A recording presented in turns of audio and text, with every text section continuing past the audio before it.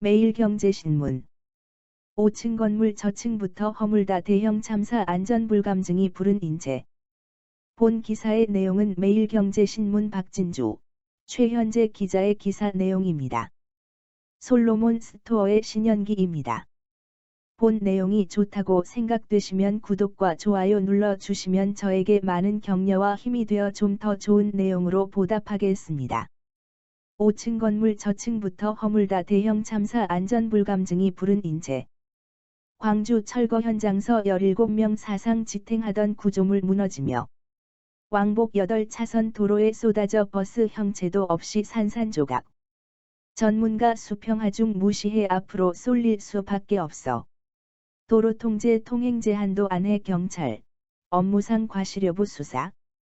건물이 버스 덮치는 끔찍한 순간 9일 오후 광주 동구 학동에서 철거 중이던 건물이 인근 도로 방향으로 무너져 시내버스를 덮치고 있다. 사진은 시민제보 영상 유튜브 캡처 사진입니다. 광주광역시 동구 학사동 재개발구역 주택 철거 현장에서 무너진 건물이 시내버스를 덮쳐 17명의 사상자를 낸 사고는 현장 안전관리가 허술해 빚어진 인재였다는 지적이 나오고 있다.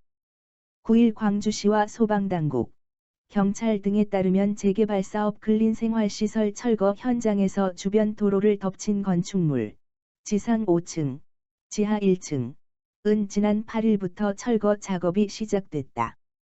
철거 현장 관계자는 사고 이후 긴급 브리핑을 통해 집게 형태의 장비를 장착한 굴삭기가 건물을 조금씩 허무는 방식으로 철거 작업을 진행했다고 말했다.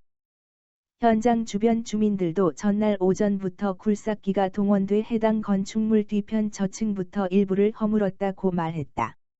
철거 대상 건물 뒤편에 폐자재 등을 쌓아 올렸고 잔해 더미 위에 굴삭기가 올라 앉아 남은 구조물을 부쉈다는 얘기다. 안전 펜스가 무너지면서 잔해 더미 위에 굴삭기 한 대가 보였다는 목격자도 상당수인 것으로 확인됐다. 이 같은 철거 방식은 상식 밖이라는 게 철거 전문가들의 주장이다.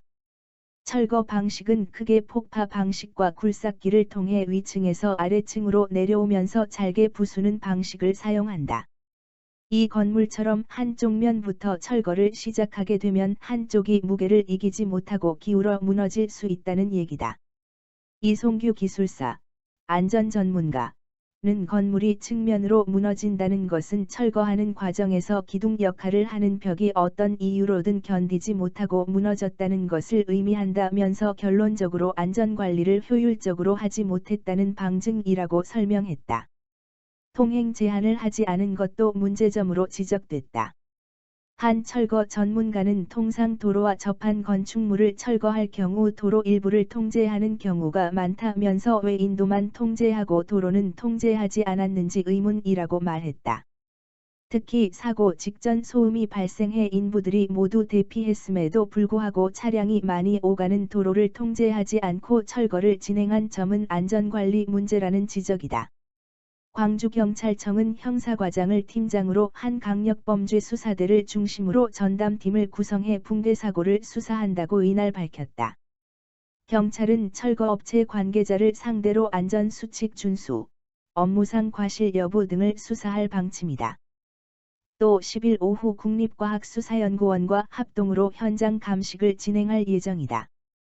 한편 이날 국토교통부는 사고 현장의 기술안전정책관과 익산지방국토관리청장, 국토안전관리원 전문가 등을 급파해 현장 수습 지원에 나섰다.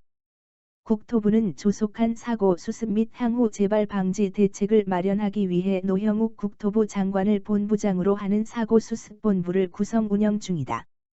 이번 사고 외에도 철거공사 중 건물 붕괴 사고로 인한 인명피해는 다른 시도에서도 최근까지 이어지는 등 한국 사회 안전불감증은 여전한 상황이다.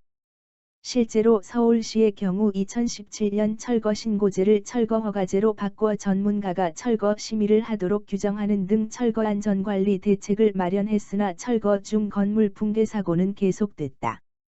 지난 4월 30일 서울 성북구 장위 19역에서는 철거 중인 한 건물이 무너져 50대 근로자 1명이 사망하는 사고가 발생해 경찰이 수사를 진행 중이다. 2019년 8월에는 서울 서초구 잠원동에서 철거 작업 중이던 건물 외벽이 무너져 내려 차량 3대가 잔해에 갈리면서 1명이 숨지고 3명이 다쳤다. 경찰 조사 결과 해당 사고는 공사 관리자들이 철거 계획과 현장 안전 조치를 준수하지 않아 발생한 것으로 파악됐다. 업무상과실치사 등의 혐의로 재판에 넘겨진 철거업체 관리소장은 지난해 1심에서 징역 3년을 선고받았다. 본 내용이 좋다고 생각되시면 구독과 좋아요 눌러주시면 저에게 많은 격려와 힘이 되어 좀 더 좋은 내용으로 보답하겠습니다. 감사합니다. 솔로몬 스토어의 신현기입니다.